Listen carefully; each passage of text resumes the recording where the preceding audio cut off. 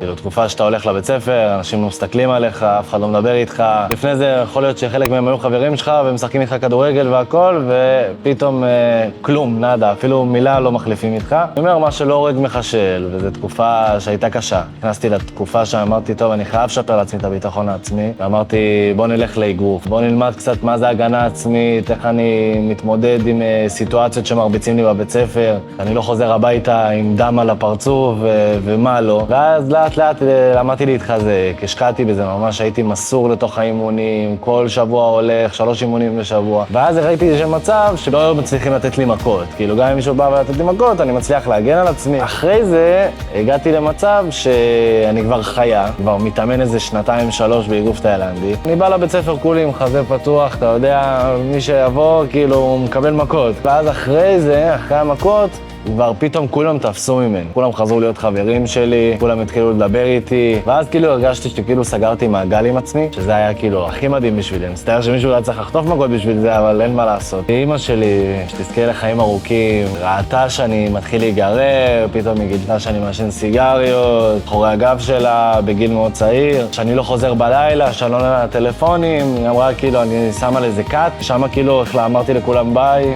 אני לא מגיע יותר, לא יוצא איתכם יותר, ומשם בעצם כאילו החיים שלי השתנו, להכיר אנשים טובים יותר, חברים שהם באמת, אתה יודע, שאתה יושב איתם בטיילת ואוכלים גלידה, וכאילו, אתה יודע, חברות נורמלית. הרגע הזה שינה לי את המסלול חיים, כי אם באמת לא הייתי עושה את הקאט הזה, לא הייתי מגיע לאיפה שאני היום.